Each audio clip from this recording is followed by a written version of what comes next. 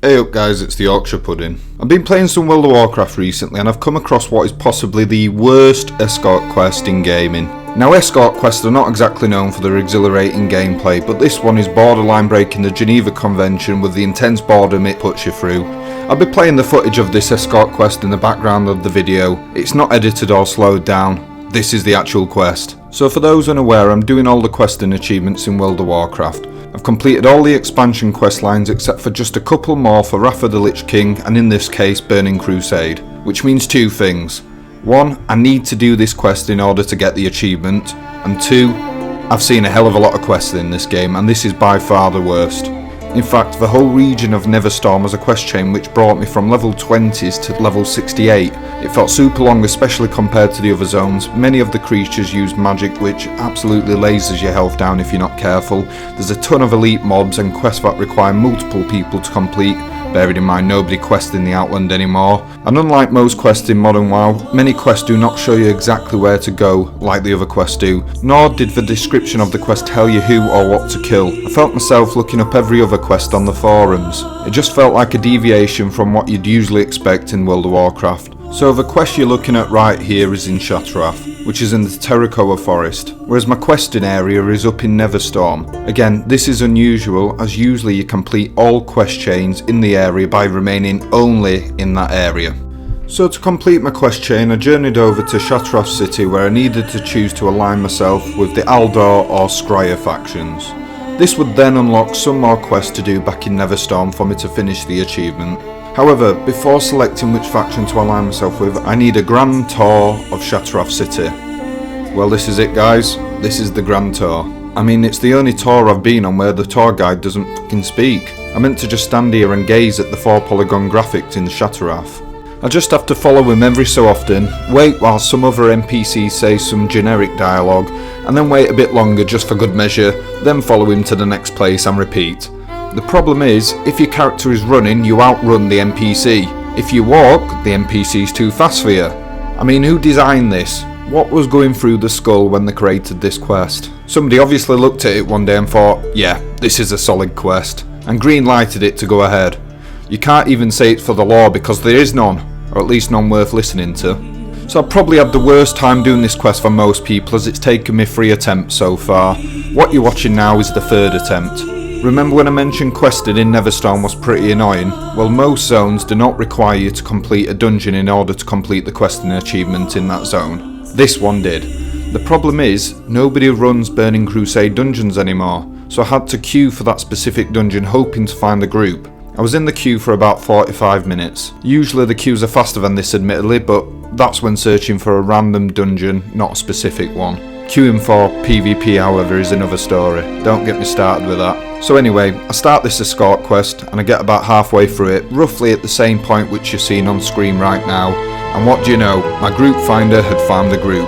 I obviously accepted the dungeon because if not I would have been waiting hours for the next one potentially, and as annoying as this escort quest is, it's better than waiting hours looking for a group. So that was attempt 1 failed. Attempt 2. I'd already completed the dungeon quest by this point and I was ready to finish this escort quest once and for all, so I began the quest again. I got around 6 minutes in and decided to do something pretty mundane, but ended up being a silly mistake which failed me the quest. So as a mage in World of Warcraft you have an ability called Blink.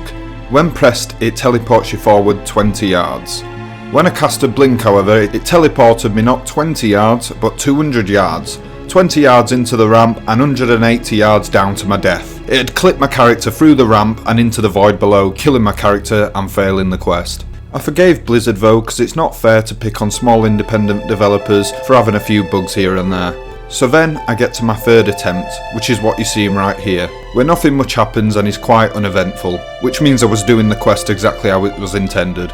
The problem with this quest is, unlike other escort quests, there's barely any dialogue, there's absolutely no monsters to kill along the way or NPC to protect, and this one is way longer than any escort quest has any right being. I feel like Blizzard has gotten a bit better utilising escort quests in later expansions, Shadowlands aside, and if they do use them they're often a bit more engaging and the NPCs actually match the speed which your character runs, well in most cases at least. There's also a bit more self-awareness in some of them where they make jokes acknowledging that this is an escort quest and that everyone hates them. So we're still going to make one, but make a self-aware joke about it instead. For example, the NPCs starting off super slow, then all of a sudden running with great speed to the place they need to be. Almost as if Blizzard are saying, "Ha, I got you." This I honestly don't mind, especially if they're using it sparingly, and a little humour goes a long way. I don't actually hate all escort quests, it really depends how they're implemented. There has to be a risk or sense of danger, as doing an escort quest with no possibility of failure just makes it feel like a chore which you end up tabbing out for, but you can't AFK for too long as your character needs to remain within the proximity of the NPC. It's that awkward point between not AFK enough to completely shut off and focus on something else for 5 minutes, but not engaging enough to have all your focus on the game. With no danger to the quest too, it doesn't feel rewarding or stimulating enough. It feels like the world's most boring roller coaster ride which travels at approximately 2 miles per hour. One of my favourite escort quests was actually in Classic Hardcore WoW. Not only is Classic WoW more difficult than Retail, but in Hardcore if your character dies, that character is dead for good. So you have to remain focused at all times. I was also with a friend whilst doing this, so I enjoyed keeping away the enemy mobs that was attacking the NPC as a team. As it was Hardcore Classic, each encounter that the NPC brought us near could have meant death, especially if there was too many nearby mobs pulled. The quest was based in a tightly spaced quarry with little room to move, and where enemies spawning behind you could block the exit for you to escape.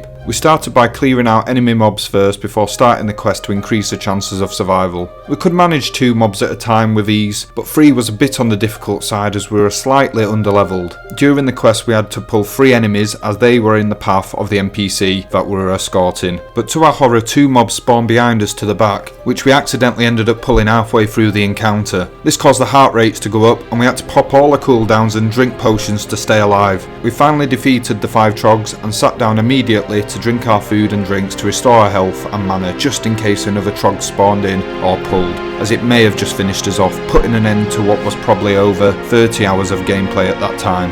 We finished the quest and I would say that it's probably one of my favourite quests we did on that playthrough. So escort quests can be fun, they just need to be implemented right and be engaging, with a chance of failure to keep you on your toes. Blizzard once made some content in Retail WoW called Warfronts. It plays a bit like League of Legends, not that I've played much of League of Legends, where 2 teams face off starting at their own side of the map and they need to destroy the enemy base and kill the final boss in the other's camp. The issue is, the Warfronts were extremely easy. There was virtually no chance of losing against the enemy team, which were all NPCs, and it made what could have been a decent bit of content into a boring grind in which I only did a few times just to get some of the rewards and then I never played it again. A small content creator named Asmongold once got a group of people together to play Warfronts with the aim of trying to lose a game. For 30 minutes they camped in their own base without engaging or playing the game and just sat there AFK.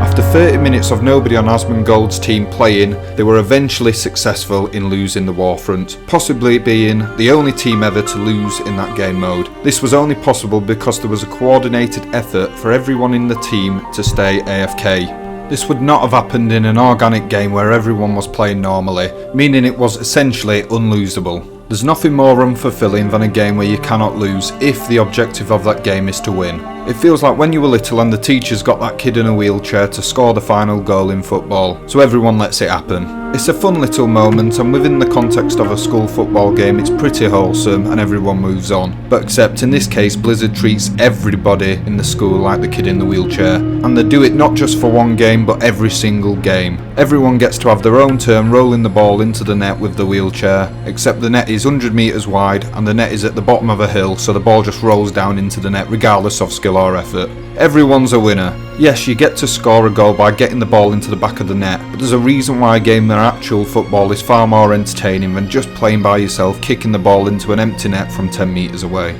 But anyway, that's this quest done, taking me approximately 9 minutes to complete. If you've enjoyed this video, please subscribe, and until next time, I'll see you later.